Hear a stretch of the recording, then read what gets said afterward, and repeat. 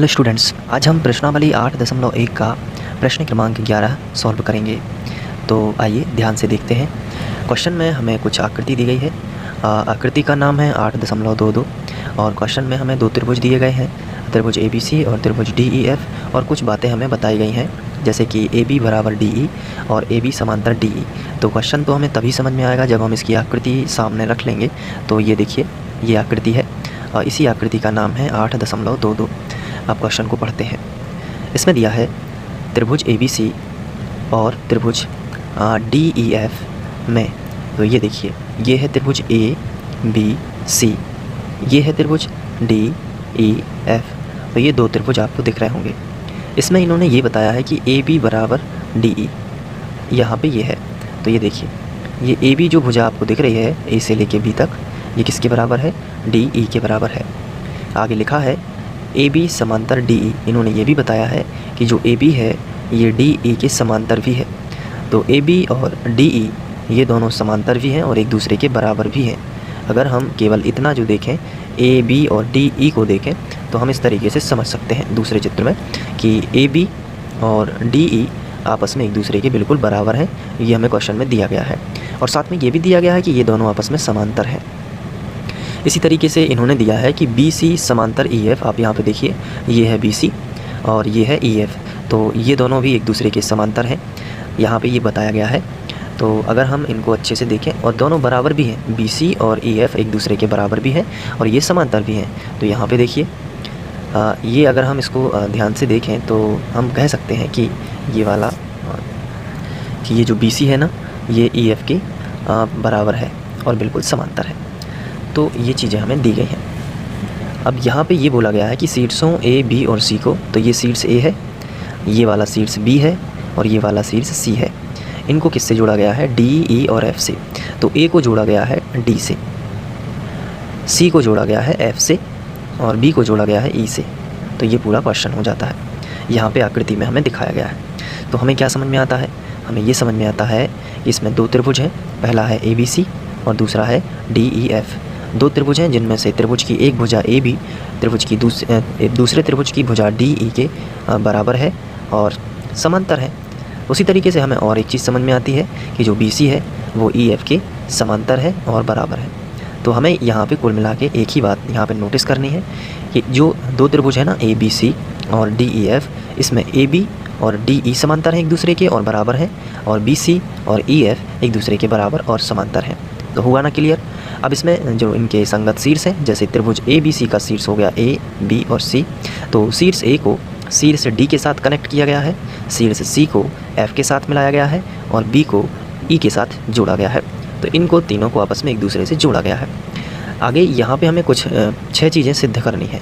ये 6 चीज़ें जो हैं अलग अलग ज़रूरत के हिसाब से हम इनको एक के बाद एक समझते चलेंगे। तो चलिए शुरुआत करते हैं इसको सॉल्व करने की। सबसे पहले हमें जो दिया गया है हम वो लिख लेते हैं। तो यहाँ पे हम हेडिंग डालेंगे, दिया है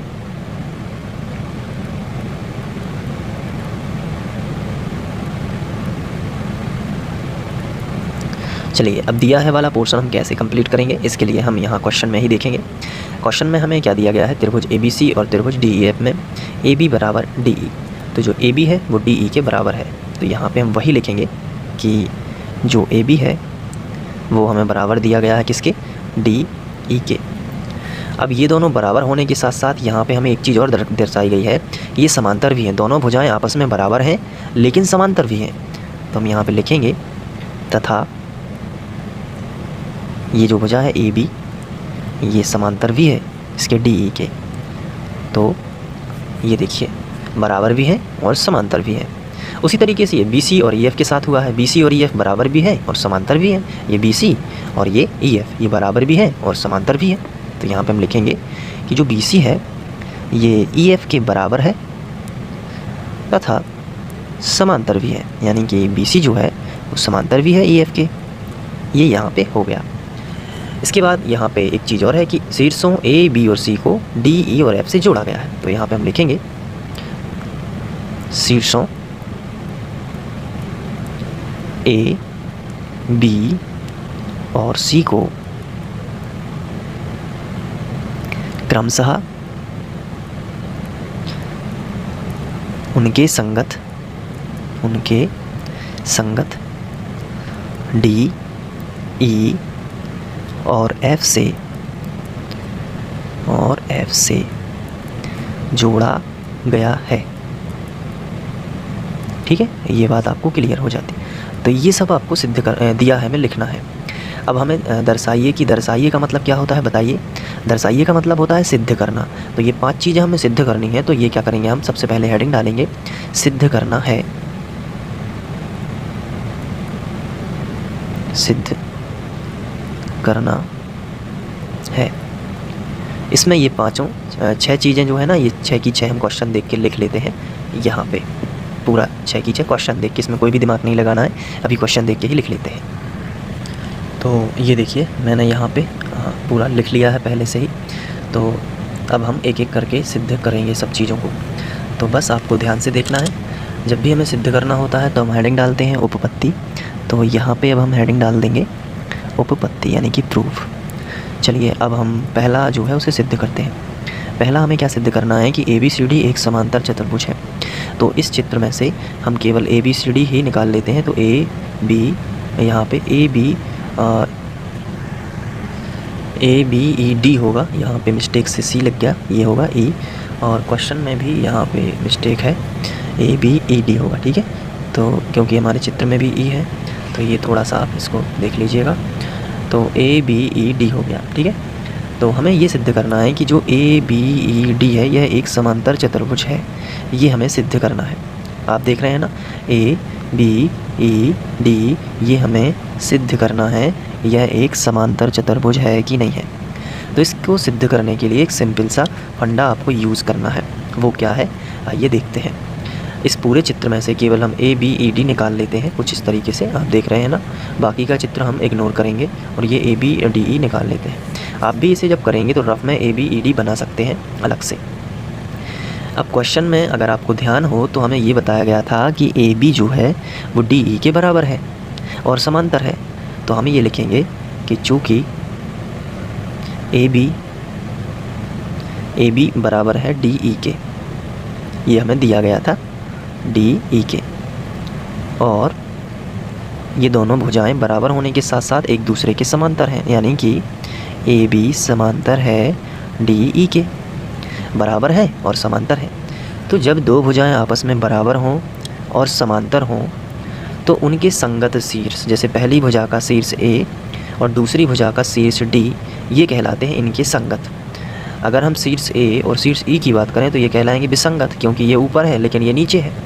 तो संगत कैसे कहलाएंगे कि जैसे यहाँ पे शीर्ष A ऊपर है और यहाँ पे शीर्ष D ऊपर है, तो ये कहलाएंगे संगत शीर्ष। क्या कहलाएंगे, संगत शीर्ष। यहाँ पे देखिए ये है B और यहाँ पे क्या है E, तो ये B और E ये दोनों कहलाएंगे संगत शीर्ष, क्योंकि B नीचे है और यहाँ पे E नीचे है, तो ये कहलाएंगे संगत शीर्ष। तो अब आते हैं बात पे जो हम कर रहे थे, वो क्या थी कि अगर दो हमें भुजाएं बराबर दी हों और दोनों भुजाएं एक दूसरे के समांतर हों तो उनकी संगत शीर्षों को मिलाने वाली भुजाएं भी आपस में बराबर और समांतर होती हैं। ये याद रखिए, फिर से समझिए। जब दो भुजाएं आपस में बराबर हों, ये देखिए AB किसके बराबर है, ये देखिए DE के बराबर है। AB किसके बराबर है, DE के बराबर है। तो आपस में कैसी हैं, बराबर हैं। और कैसी हैं, समांतर हैं। कैसे पता, क्वेश्चन में दिया गया है। तो जब दो भुजाएं आपस में बराबर और समांतर हों तो उनके संगत शीर्षों को मिलाने से बनने वाली भुजाएं, जैसे ये बन गई AD, संगत शीर्षों को मिलाया तो कौन सी भुजा बन गई, AD। यहाँ पे संगत शीर्ष को मिलाया तो कौन सी भुजा बन गई, BE। तो उनकी संगत शीर्षों को मिलाने वाली भुजाएं भी बराबर और समांतर होती हैं। तो हम इसे लिख सकते हैं तब AD भी बराबर होगी किसके, AD किसके बराबर होगी, BE के बराबर। तो AD बराबर होगी BE के और समांतर भी होंगी, और AD समांतर भी हो जाएगी BE के। AD समांतर भी होगी किसके, BE के। ये दोनों आपस में समांतर और बराबर दोनों हैं। इसके पीछे रीज़न क्या देना होगा कि जब दो समांतर और बराबर भुजाओं की संगत शीर्षों को मिलाते हैं तो उनसे बनने वाली भुजाएं भी समांतर और बराबर होती हैं। तो हम यहाँ पे लिखेंगे जब दो बराबर और समांतर,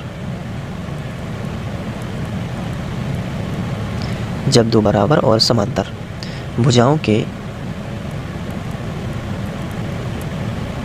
भुजाओं के, ये देखो आप यहाँ पे, जब दो बराबर समांतर भुजाओं के संगत शीर्षों को मिलाते हैं, संगत शीर्षों को मिलाते हैं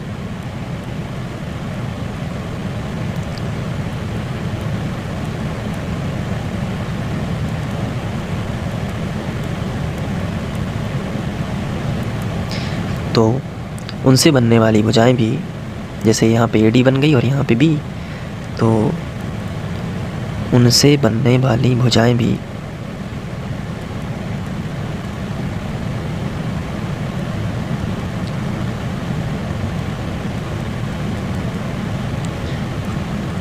बराबर और समांतर होती हैं।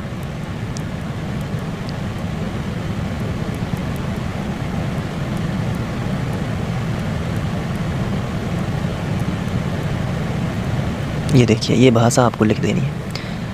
तो इस हिसाब से जब AB बराबर है DE और AD बराबर है B, तो सम्मुख भुजा ये इसके बराबर हो गई और ये इसके बराबर हो गई, और समांतर तो है ही, तो ABCD क्या, ABED क्या बन गया, एक समांतर चतुर्भुज। तो लिखेंगे तब तो हो गया।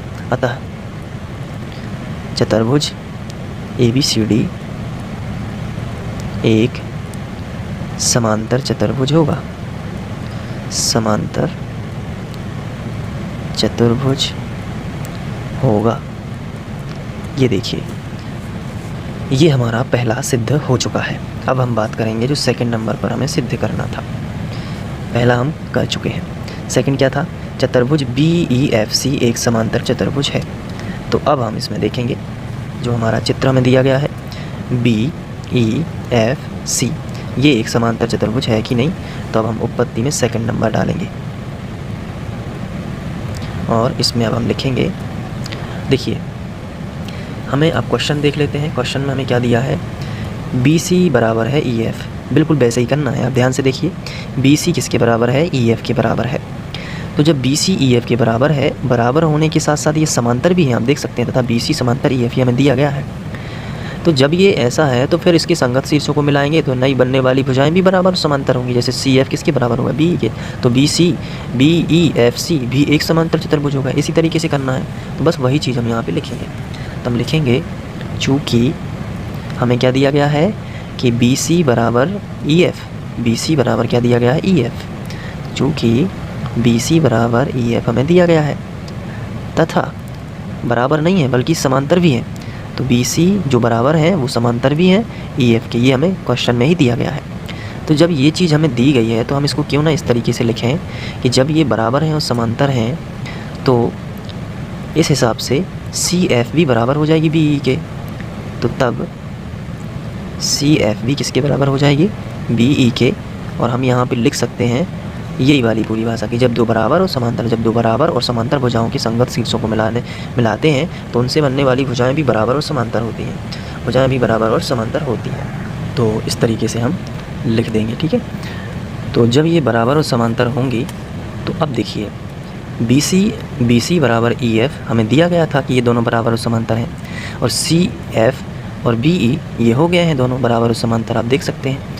तो जब ये इसके बराबर और समांतर है, सम्मुख भुजा ये इसके बराबर और समांतर है, तो ये भी एक समांतर चतुर्भुज होगा। तो हम लिखेंगे तब या अतः चतुर्भुज BCFE, या ऐसे ही लिख सकते हैं BEFC, चतुर्भुज BEFC एक समांतर चतुर्भुज होगा, समांतर चतुर्भुज होगा, ठीक है।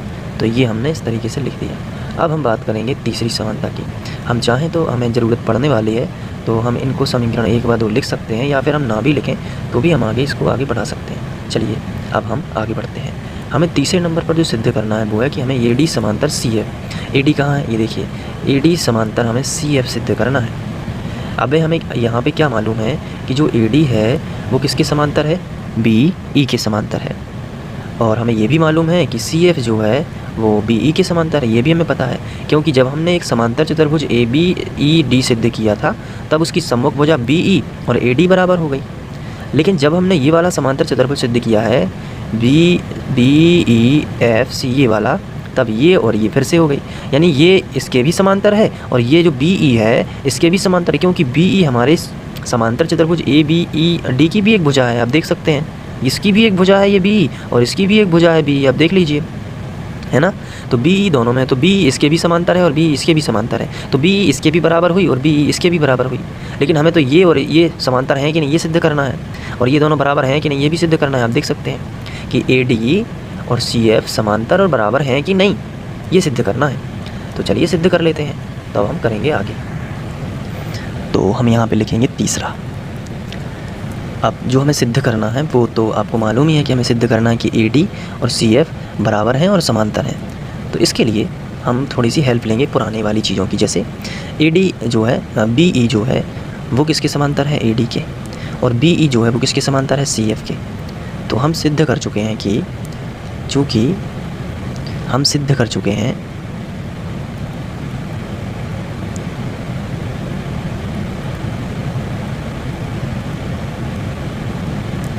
कि बी ई जो है वो ए डी के समांतर है। जब हमने ये वाला चतुर्भुज लिया था, ये वाला आप देख पा रहे हैं ना, तो हमने क्या सिद्ध किया था कि ये इसके समांतर है। आप इस वाले चित्र में भी देख सकते हैं, ये चतुर्भुज जब हमने लिया था तो ये इसके समांतर हम और बराबर दोनों सिद्ध कर चुके हैं। तो हम लिखेंगे कि तब बी जो हम सिद्ध कर चुके हैं कि बी ई जो है वो बराबर है ए डी के, और समांतर भी है बी ई किसके, ए डी के। इसे हम समीकरण 1 बना देते हैं। उसी तरीके से अब बी ई और सी एफ का यहाँ पे लगाएंगे, क्योंकि हमें सी एफ और ये दोनों बराबर और समांतर सिद्ध करनी है, तो सी एफ को तो बीच में लाना पड़ेगा। तो बी ई और सी एफ भी आपस में कैसे हैं, समांतर और बराबर है। क्यों, क्योंकि जब हमने ये वाला चतुर्भुज लिया था ना, तब हमने सिद्ध किया था कि ये इसके बराबर है, बी सी जो है वो ई एफ के बराबर है, और जो बी ई है वो सी एफ के बराबर है। अभी दूसरे नंबर पर जो सिद्ध किया था, तो हम लिखेंगे, तो हमने बी ई के बराबर एक चीज़ और बराबर सिद्ध की थी बी ई के, वो क्या है, सी एफ। और जब ये बराबर है तो ये समांतर भी होगी, क्योंकि समांतर चतुर्भुज सिद्ध किया था। तो हम लिखेंगे कि बी ई समांतर भी है सी एफ के। ये हमने सेकंड नंबर पे प्रूव किया था। अब यदि हम समीकरण 1 व 2 से देखें तो हम लिखेंगे समीकरण 1 व 2 से, 1 व 2 से। अगर हम समीकरण 1 व 2 को देखें तो यहाँ पे बी ई के बराबर ए डी है और बी ई के बराबर सी एफ है, तो ये दोनों आपस में बराबर है ना। इसी तरीके से बी ई के समांतर ये है और बी ई के समांतर ये है, तो ये दोनों आपस में समांतर है, तो हो गया ना सिद्ध। तो हम लिखेंगे कि जब बी ई के बराबर ये है इसके, तो ये दोनों आपस में बराबर है, तब ए डी बराबर क्या हो जाएगा, सी एफ, और ये इसके समांतर, ये इसके समांतर, तो ये दोनों आपस में समांतर है, तो क्या होगा, ए डी समांतर है सी एफ के। यहाँ पे लिखेंगे सिद्ध हुआ। ये तीसरा भी सिद्ध हो गया। आप देख सकते हैं जो हमें तीसरा सिद्ध करना था, ए डी समांतर सी एफ और ए डी बराबर सी एफ, वही है यहाँ पे, ए डी बराबर सी एफ और ए डी समांतर सी एफ, हो गया ना सिद्ध। तो चलिए अब हम बात करते हैं चौथे नंबर पर हमें क्या सिद्ध करना था। ये देखिए, चौथे नंबर पर हमें सिद्ध करना है कि चतुर्भुज जो ए सी एफ डी है, ये देखिए कहाँ पे है ए सी एफ डी, ए सी एफ डी, ये वाला, ये समांतर चतुर्भुज है कि नहीं। तो चलिए करते हैं। तब हम हेडिंग डालेंगे यहाँ पे, यहाँ पे इसको कर देते हैं, और अब हम चौथी हेडिंग डालते हैं। और ये देखिए, तो जब हम यहाँ पे यदि हम देखें तो ए सी एफ डी हमें समांतर चतुर्भुज सिद्ध करना है। तो इसके लिए बहुत ही सिंपल है, हमें तो ये मालूम पड़ चुका है कि ये इसके समांतर, ये भी पता है ना कि ए डी किसके समांतर हो गया, सी एफ की। तो हम लिखेंगे चूँकि हम सिद्ध कर चुके हैं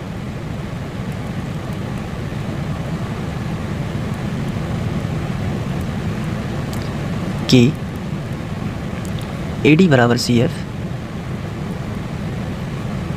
और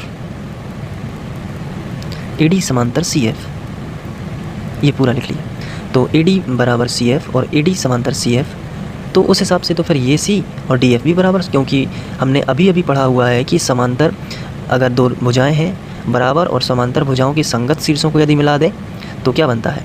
तो ये देखिए, ये बराबर है और समांतर है, तो इनकी संगत शीर्ष ये होगा ए सी और ये होगा डी एफ। तो इनको मिला देंगे तो ए सी बराबर क्या होगा, डी एफ, और वो भी समांतर होंगे। तो हम लिखेंगे, तो जब ए डी और सी एफ आपस में समांतर और बराबर हैं तो इसका संगत शीर्ष ए को सी से मिला दें तो क्या बनेगा, ए सी, और डी को मिला देंगे एफ से। आप यदि समझ पा रहे हो तो मैं रफ में बताता हूँ आपको, यदि नहीं आया समझ में तो यहाँ पे देख लीजिए थोड़ा। जैसे यहाँ पे ये बात हो रही है कि जैसे ए डी और ये बना है सी एफ, ये वाला ए डी सी एफ के बराबर है और समांतर है, तो इनकी संगत शीर्षों को मिलाइए। ए का संगत क्या हुआ, सी, और डी का संगत क्या हुआ, एफ, तो ये दोनों भी आपस में कैसे होंगी, समांतर और बराबर। ये कहने का प्रयास हो रहा है। तो ए डी डी एफ के समांतर होगा। तो हम यहाँ पे लिखेंगे, तब बताइए कि कौन कौन AC जो है DF के समांतर होगा। तो लिखेंगे तब AC बराबर भी होगा DF के और AC समांतर भी होगा DF के।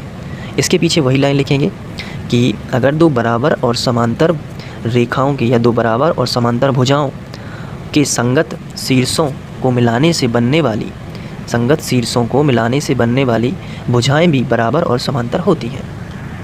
तो इस तरीके की हम भाषा यहाँ पे लिख देंगे। तो ये तो आपको अच्छे से समझ में आ गया होगा। तो जब ये इसके समांतर है और ये इसके समांतर है और बराबर हैं तो ACFD एक समांतर चतुर्भुज होगा। तो लिखेंगे अतः चतुर्भुज ACFD एक समांतर चतुर्भुज होगा। ठीक है, तो ये हो गया चौथा नंबर का जो है वो सिद्ध हो गया। तो ये दोनों भुजाएं उसके समांतर हो गई। तो जो हमें 5वें नंबर पर जो प्रूव करना है वो थोड़ा सा अजीब है। देखिए कैसे, हमें 5वें नंबर पर क्या प्रूव करना है कि AC बराबर DF। अब अगर हम अपने चित्र की बात करें तो चित्र में हमें साफ साफ दिखाई देता है। अगर हम चित्र देखें, ये देखिए हमें क्या सिद्ध करना है, AC बराबर DF। तो AC और DF तो तभी सिद्ध हो जाता है जब हम बोलते हैं कि ACFD एक समांतर चतुर्भुज है। तो AC और DF तो वैसे ही सिद्ध हो गया, तो ये देने की कोई ज़्यादा ज़रूरत नहीं थी। यहाँ पे AC बराबर DF पहले से ही प्रूव हो चुका है, तभी उसी बेस पे तो हम बोलते हैं कि ACFD एक समांतर चतुर्भुज है। तो 5वें नंबर में कोई बड़ी बात नहीं है। तो 5वें नंबर को हम ऐसे लिखेंगे कि चूँकि ACFD एक समांतर चतुर्भुज है, एक समांतर चतुर्भुज है, तो AC बराबर क्या होगी, DF समांतर चतुर्भुज की सम्मुख भुजाएं हैं। समांतर चतुर्भुज की सम्मुख भुजाएं हैं, सम्मुख भुजाएं हैं। तो ये भी प्रूव हो गया। अब आखिरी बचा है, आखिरी वो क्या है, वो त्रिभुज है। त्रिभुज ABC और त्रिभुज DEF हमें सर्वांग सम प्रूव करने हैं। तो चलिए हम सर्वांग सम प्रूव करेंगे। उसके लिए हम दोनों त्रिभुज वही वाले त्रिभुज लेंगे जो हमें सर्वांग सम सिद्ध करने हैं। तो स्टार्ट कर लेते हैं। तो हम लिखेंगे त्रिभुज ABC और त्रिभुज DEF में, यहाँ पे वो दोनों त्रिभुज बने हैं, ये है ABC और ये है DEF। ठीक है, तो चलिए अब हम प्रूव करेंगे। तो ABC में सबसे पहला जो है भुजा है AB, वो यहाँ पे DE के बराबर है, ये पहले ही हमें दिया गया था। तो हम लिखेंगे कि AB बराबर और DE ये हमें दिया है, क्योंकि ABED एक समांतर चतुर्भुज है, तो यह हमें दिया ही गया है। वैसे दिया भी गया है और बताया भी गया है, सिद्ध भी किया है हमने कि ABED एक समांतर चतुर्भुज है। उसके बाद क्या है, उसके बाद ये AC जो है, ये DE हमने सिद्ध किया है ACFDA एक समांतर चतुर्भुज, ये सिद्ध किया है ना। तो उस हिसाब से AC और DF आपस में कैसी होंगी, बराबर होंगी। तो AC बराबर DF ये हम सिद्ध कर चुके हैं, सिद्ध कर चुके हैं। और तीसरी भुजा कौन सी है, BC। BC और EF भी आपस में बराबर हैं, क्योंकि हम BEFC एक समांतर चतुर्भुज है, ये सिद्ध कर चुके हैं। तो उस हिसाब से क्या होगा कि BC बराबर EF ये भी हम क्या है, सिद्ध कर चुके हैं, सिद्ध कर चुके हैं। तो दोनों त्रिभुज कैसे हो जाएंगे, सर्वांग सम। तो इसलिए त्रिभुज ABC सर्वांग सम होगा त्रिभुज DEF के। और इसके लिए जो शर्त लगी है वो भुजा भुजा भुजा, हम यहाँ पे लिखेंगे भुजा भुजा भुजा सर्वांग समता से, सर्वांग समता से। तो दोनों त्रिभुज कैसे हो जाएंगे, सर्वांग सम। तो ये भी क्या हो गया, सिद्ध हुआ। तो ये सभी चीज़ें हमने सिद्ध कर दी। 6 चीज़ें थी जिनको हमें सिद्ध करना था। तो ये